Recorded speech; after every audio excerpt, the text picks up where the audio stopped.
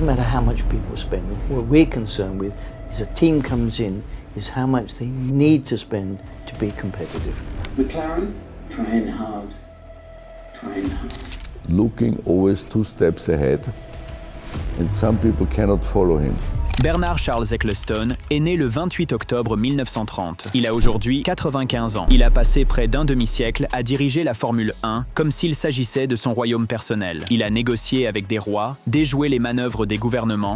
Anything I did for myself, not for England. Why not tell everybody exactly how much money you gave them?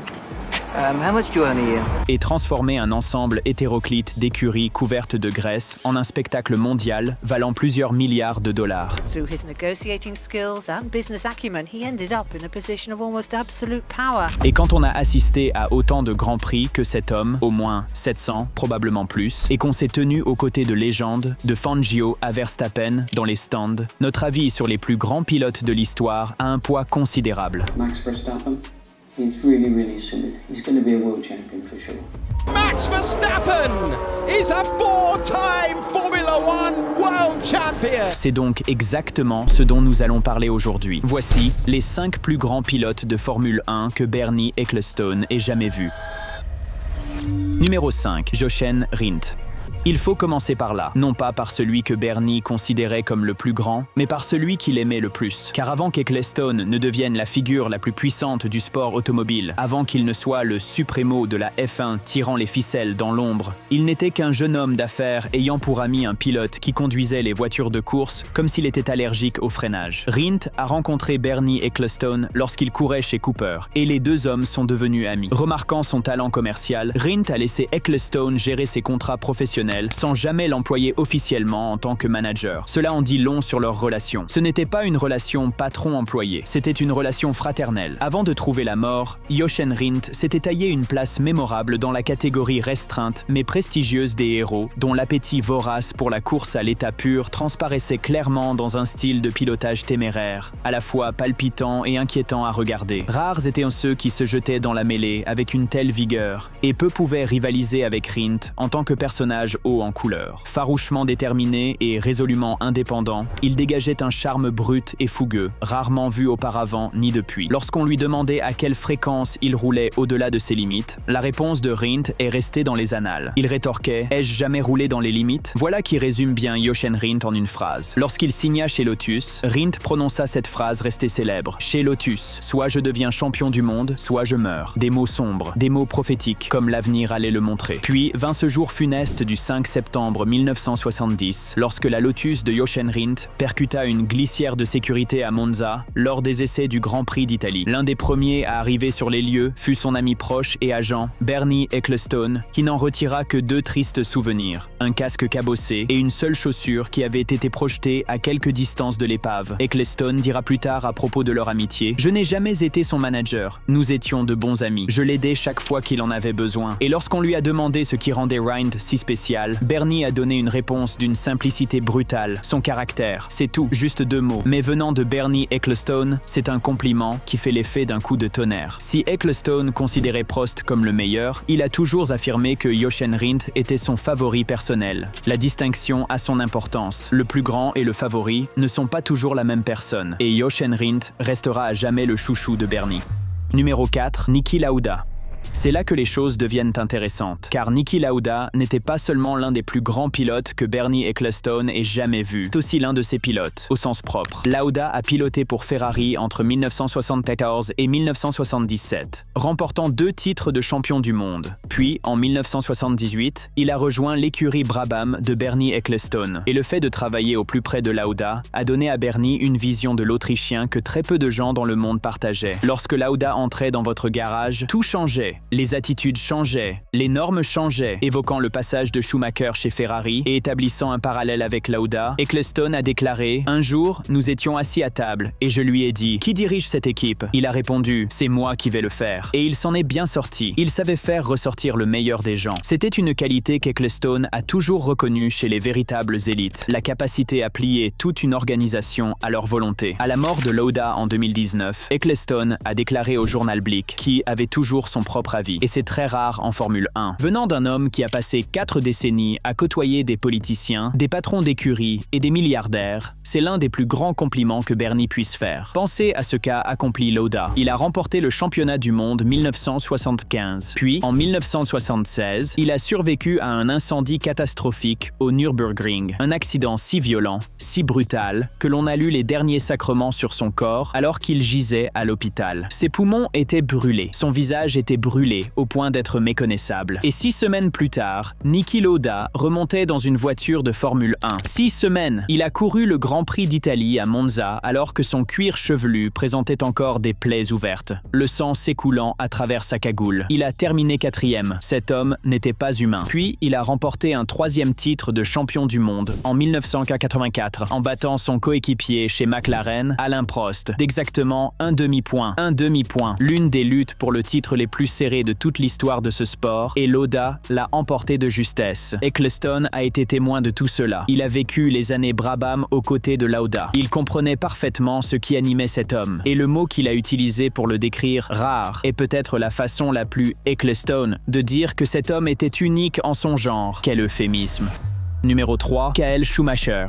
Bernie avait des sentiments mitigés à l'égard de Michael Schumacher. En public, il le louait. En privé, il le classait 3e, voire plus bas que certains ne s'y attendaient. Mais voici ce qu'il a réellement dit. Et c'est une véritable leçon de respect détournée. Interrogé sur le plus grand pilote qu'il ait vu en Formule 1, Ecclestone a répondu « C'est difficile à dire, mais si je devais choisir parmi tous ceux que j'ai vus au fil des ans, je dirais probablement Prost. Prost était meilleur que Schumacher ou Senna. Michael avait beaucoup d'atouts. L'écurie, un coéquipier qui travaillait pour lui, etc. À un certain moment, la même chose s'est produite avec Senna. Cependant, Prost n'a jamais bénéficié de ce genre de privilège. Il a toujours eu des concurrents au sein de sa propre écurie. Schumacher remporte donc la médaille de bronze aux yeux de Bernie. Mais une médaille de bronze décernée par cet homme reste tout de même quelque chose d'extraordinaire. Comme l'a dit un jour Ecclestone, Michael était un peu intrépide et les gens le savaient. Il n'était pas tout à fait sûr de pouvoir le défier et de s'attaquer à lui. Michael n'y pensait pas parce qu'il connaissait ses limites, tandis que les autres se disaient peu risqué et ils se retiraient. On ne voyait jamais Michael reculer. Cette citation résume parfaitement ce qui rendait Schumacher redoutable en course, son avantage psychologique. Tous les pilotes sur la grille de départ savaient que s'il fallait en venir à un duel roue contre roue avec Schumacher, Michael ne céderait pas le premier. Et au final, c'est vous qui finissiez par céder. C'est ainsi qu'on remporte 7 titres de champion du monde. Ecclestone se souvient d'un moment décisif de l'époque où Schumacher pilotait pour Ferrari. Un jour, nous étions assis à table et je lui ai dit « Qui dirige cette équipe ?» Il a répondu « C'est moi qui vais m'en charger. » Et il s'en est bien sorti. Il savait tirer le meilleur des gens. Quoi que Michael ait dit à Jean Todt, celui-ci l'écoutait et s'exécutait. Et même lorsque Schumacher a annoncé sa première retraite en 2006, Bernie n'a pas vraiment pu cacher son admiration, déclarant « Les gens m'ont dit que la F1 était ennuyeuse parce qu'il gagnait tout. On peut donc supposer que lorsqu'il ne sera plus là, les gens seront contents. Mais il nous manquera, car c'est une superstar. Une superstar. » De la bouche de l'homme qui a tenu les superstars de la F1 fermement à leur place pendant 40 ans. On ne peut pas faire plus élogieux que ça.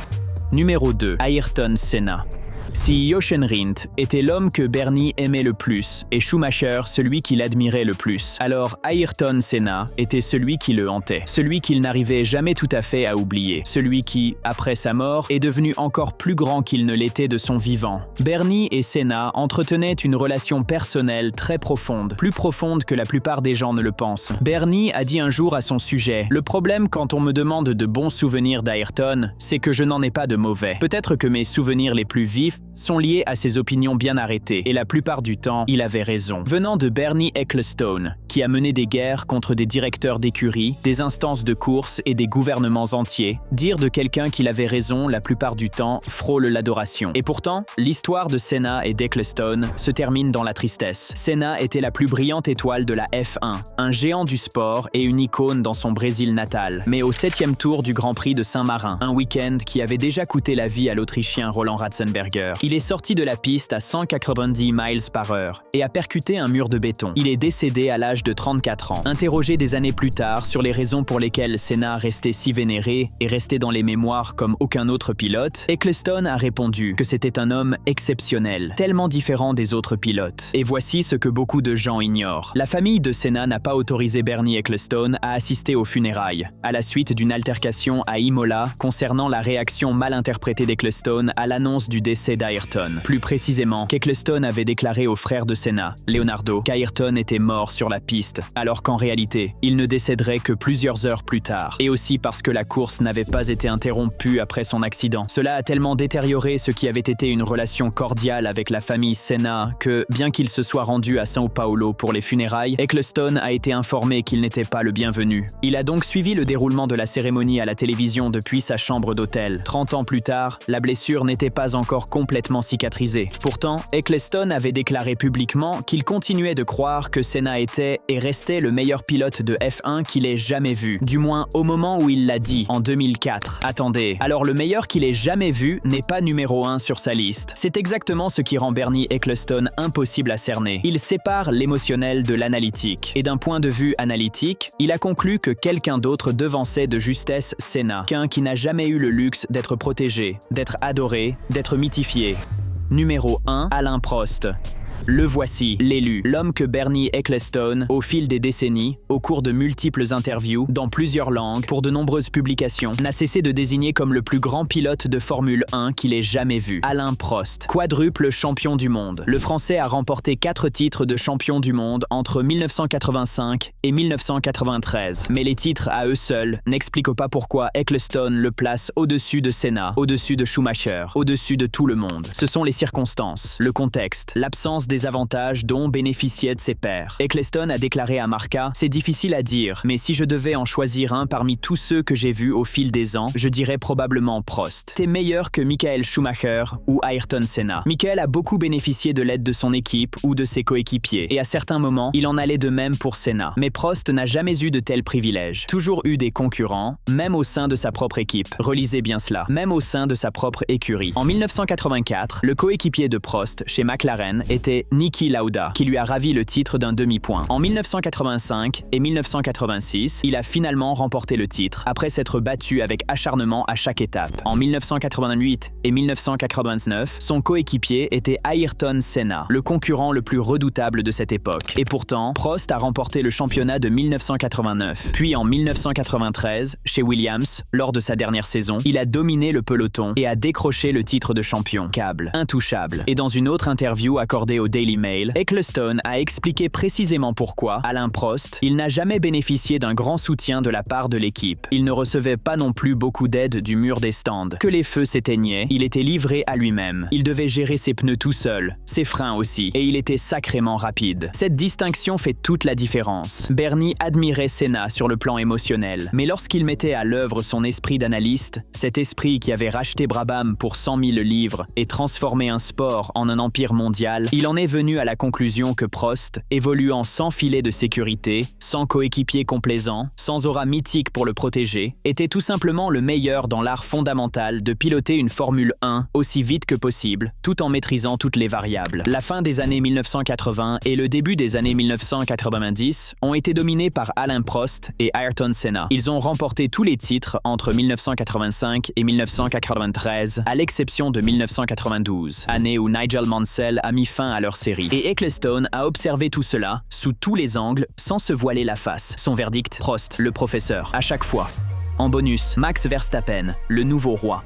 Mais attendez, il y a encore un nom à évoquer, car Bernie Ecclestone n'a pas cessé de se forger des opinions lorsque Liberty Media l'a écarté du pouvoir en 2017. Au contraire, la retraite n'a fait qu'aiguiser son esprit critique. Et puis, Max Verstappen est arrivé. Verstappen a remporté 4 titres de champion du monde, des pilotes de Formule 1, tous consécutifs de 2021 à 2024 avec Red Bull, et a remporté 71 Grands Prix en 12 saisons, 4 titres d'affilée. Et en 2025, il a finalement terminé à seulement 2 points de Norris, qui a remporté le championnat championnat des pilotes. 2 points au volant d'une voiture qui était, selon la plupart des critères, la 3e plus rapide du plateau. L'audace même de ce résultat manqué de peu est à couper le souffle. Ecclestone l'a remarqué. Oh, il l'a remarqué. S'adressant au Daily Mail, Bernie a déclaré « Max est le meilleur pilote de tous les temps, sans aucun doute. Avant, je disais Alain Prost. Maintenant, je dirais Max. Tout simplement. » Après 4 décennies où Prost était la référence absolue, Max Verstappen a redéfini le classement. Bernie a également donné son avis sur les différences entre Verstappen et Hamilton, en déclarant « Lewis est évidemment super brillant, super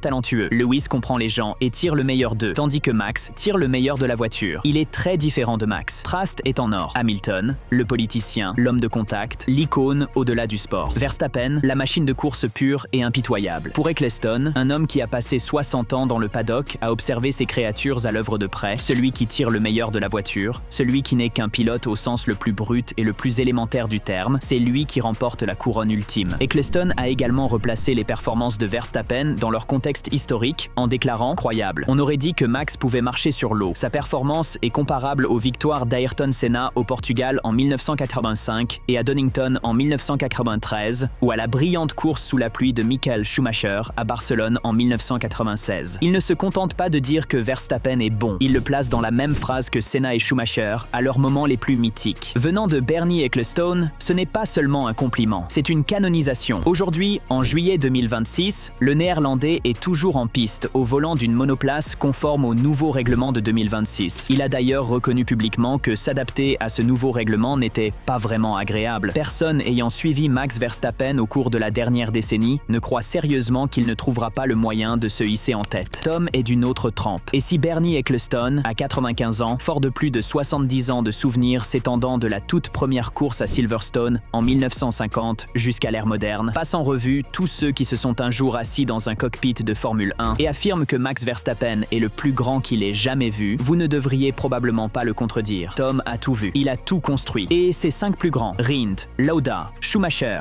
Senna et Prost, Verstappen faisant désormais irruption dans ce débat et menaçant de bouleverser tout le classement. Voilà une histoire qui vaut le détour. Selon vous, quel de ces 5 pilotes mérite la première place du classement de Bernie Ecclestone? Et pensez-vous que Verstappen les a déjà tous dépassés? Donnez-nous votre avis dans la section commentaires. Et avant de partir, n'oubliez pas de liker cette vidéo et de vous abonner à Grid Rivals pour ne pas manquer les prochaines.